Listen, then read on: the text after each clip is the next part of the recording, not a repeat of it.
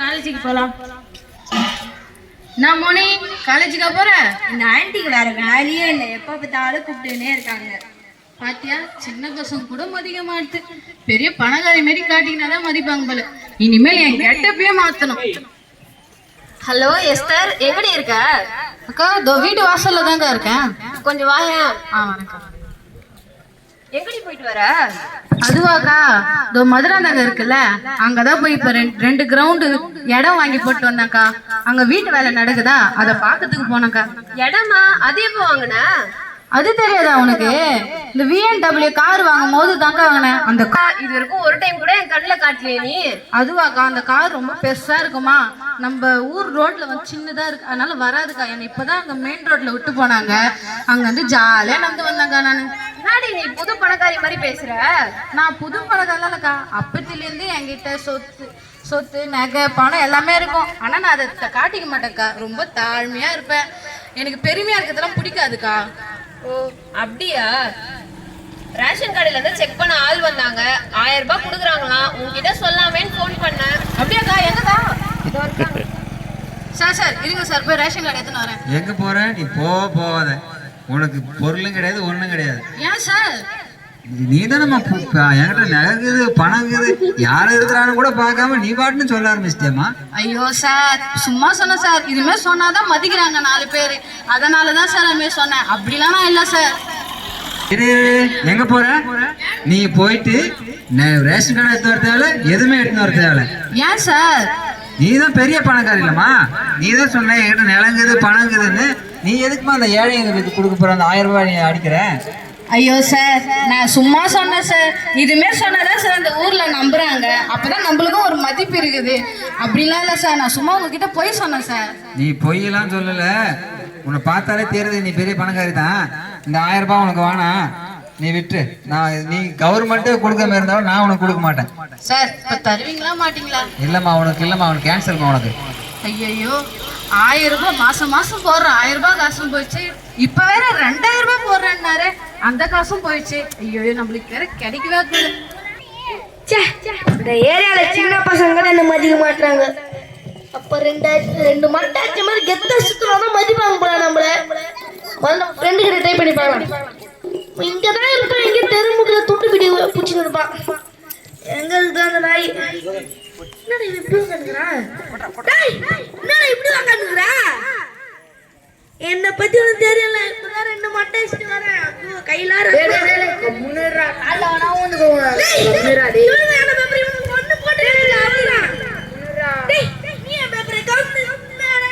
நான் இப்ப 2 மட்டை வச்சுட்டு இந்த ஏரியால நடந்த ரவுடி. கையில ரத்த வேற வேறு, இப்பதான் கத்தியெல்லாம் கத்துல போட்டு வர. ஐயோ முன்னேறா, நீ பயந்துக்காத, ஒரே குத்துற. ஏய் என் ஃப்ரெண்ட் பார்த்தீங்க, ஒரே குத்து அவள் தான். நீங்க சார் சொல்றல ஏன் போப்பா? அவனே சொல்லிட்டு போறடா, அவனுமா பயந்துக்காதடா. சார் எதுக்கு சார் நீங்க என்ன சார் உழுதோ பேசுறீங்க? நீங்க யார் சார் இந்த ஊருக்கு? இந்த ஏரியால நான் தான் ரவுடி தெரியுமா? ஆமா. சரிங்க சார்.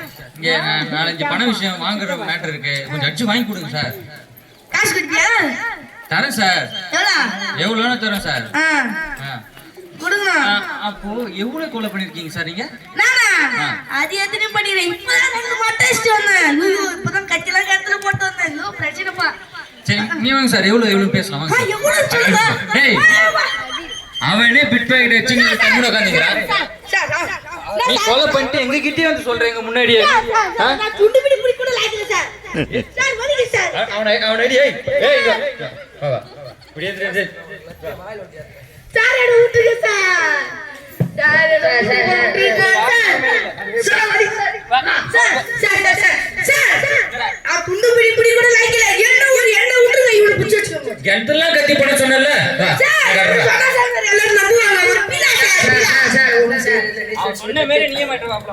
சார் நான் விட்டுறேன் சார். என்ன பண்ண மாட்டேன் சார். சார் விட்டுறேன் சார். ஐயோ போச்சு 1000 ரூபாய் கிடைக்கும் மாசம், அதுவும் போச்சு. இப்ப வேற 2000 ரூபாய் போடுறேன்னு அதுவும் போச்சு. சரி நான் என்னுடைய வாயாலே நானே கெடுத்துக்க நம்ம காசு வாங்க. என்னம்மா புலம்பிட்டே போறீங்க? அது இல்ல சார், இது மாரி 1000 ரூபாய் மாசம் 1000 ரூபாய் போடுவாங்க சார். அதை என் வாயாலே நான் பெருமை பீத்திக்கின்னு வாங்க முடியாத ஆயிடுச்சு சார். சரி இயேசு உங்களை நேசிக்கிறாருமா. அப்படியா? பைபிள் பெருமை உள்ளவனுக்கு தேவன் எதிர்த்து நிற்கிறார், தாழ்மை உள்ளவனுக்கு கிருபை அளிக்கிறார் ஒரு வசனம் இருக்குமா.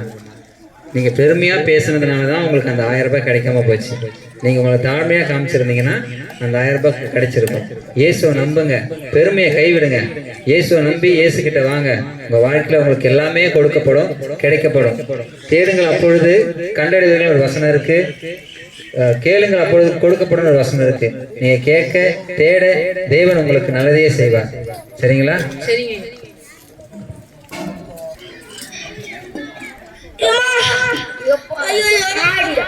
என்ன ரெடியாப்பா? அந்த ஒரு போலீஸ்கார அனுப்பிச்சு லட்டி வாங்கி எங்கேயோ தண்டா.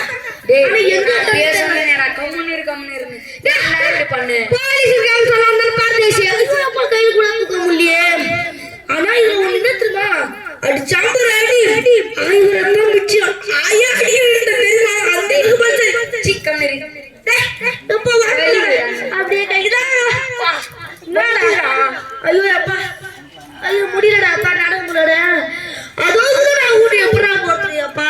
கம்முன்னு வாடா. ஐயோ அம்மா, யார் பண்ணீங்க? ஆண்டவர் நேசிக்கிறாரா? யார் அவரு? இயேசு உங்களை நேசிக்கிறாருப்பா. அவரு ஆண்டவர் சொல்றாங்க, நீங்க இயேசு சொல்றீங்க. 2 பேர் யாரு? 2 பேரும் ஒருத்தவங்க தான்மா. சொல்லுங்க. ஆண்டவர் நேசிக்கிறாரு. பெண்ணா நிலைமையில இருக்கிறீங்க, ஆண்டவரை ஏத்துக்குங்க. நான் என்ன நிலைமையில இருக்கிறேன்? நிறைய வாங்கி இருக்கிறீங்கன்னு பாக்குறேன். ஐயோ, ஊர்லயும் வந்து வாங்கிட்டேன், போலீஸ் ஸ்டேஷன்ல வந்து வாங்கிட்டேன். அது என்னன்னா பீட்டிங்க. நான் தான் பெரிய ரவுடின்னு அச்சு பண்ற கைத்தானுங்க என்ன. ஏப்பா அத போல இருக்க கூடாதுப்பா. அத போல இருந்தா ஊர்லயும் அடிப்பாங்க, வீட்லயும் அடிப்பாங்க. அடிப்பாங்களா? அடி வாங்கியாச்சு. சரி, ஆண்டவரை ஏத்துங்க. உங்களை ஆண்டவர் நல்ல பிள்ளையா மாற்றுவார். தாய் தகப்பனுக்கும் ஊருக்கும் ஒரு நல்ல பிள்ளையா மாற்றுவாரு. ஆண்டவரை ஏத்துங்க.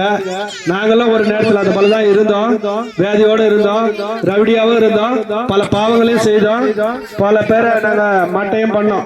அப்படி இருந்த ஆமா, அப்படி இருந்த எங்களை தான் ஆண்டவர் தொட்டு அதுல இருந்து விடுவித்து இப்ப வந்து இந்த சத்தியத்தை நம்மள போல எத்தனை பேர் இருப்பாங்க ஊர்ல, அவங்களுக்கு சொல்லலாம்னு சொல்லிட்டு இந்த வாலிப வயசுல இப்படிதான் பண்ணுவேன்.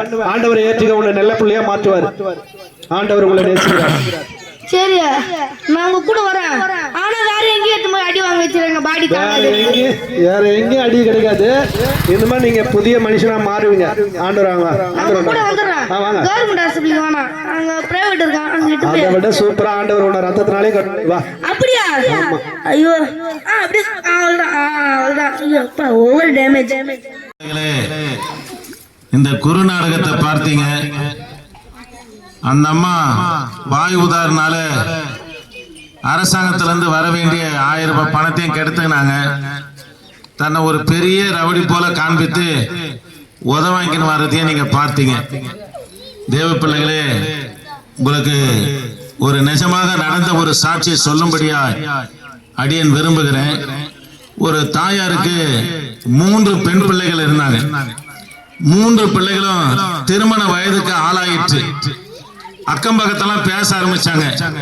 இவ விதவை இந்த 3 பிள்ளைகளுக்கு எப்படி திருமணம் செய்வா என்று சொல்லி போகும்போதும் வரும்போதும் தகாத வார்த்தையினால கூட பேசுறாங்க. எங்கன்னா ஈத்துக்கு தான் போக போதுன்னு கூட அந்த பிள்ளைகளை குறித்து பேச ஆரம்பித்தாங்க. இது நிஜமா நடந்த சம்பவம், சென்னையில நடந்த சம்பவம். அந்த அம்மா கர்த்தராகிய இயேசு கிறிஸ்து ஏற்றுக்கொண்டு இருந்தபடினால ஒவ்வொரு நாளும் தாம் பிள்ளைகளுக்காக பாரத்தோடு ஜெபிக்க ஆரம்பித்தாங்க. தேவ பிள்ளைகளே, அவங்க கணவர் காவல்துறையில இருந்து அவர் மரித்து அவருக்கு வர வேண்டிய பணமானது ஒரு 15 வருஷத்துக்கு முன்பதாக வர வேண்டிய பணமானது அது லாக் ஆயிட்டு இருந்தது.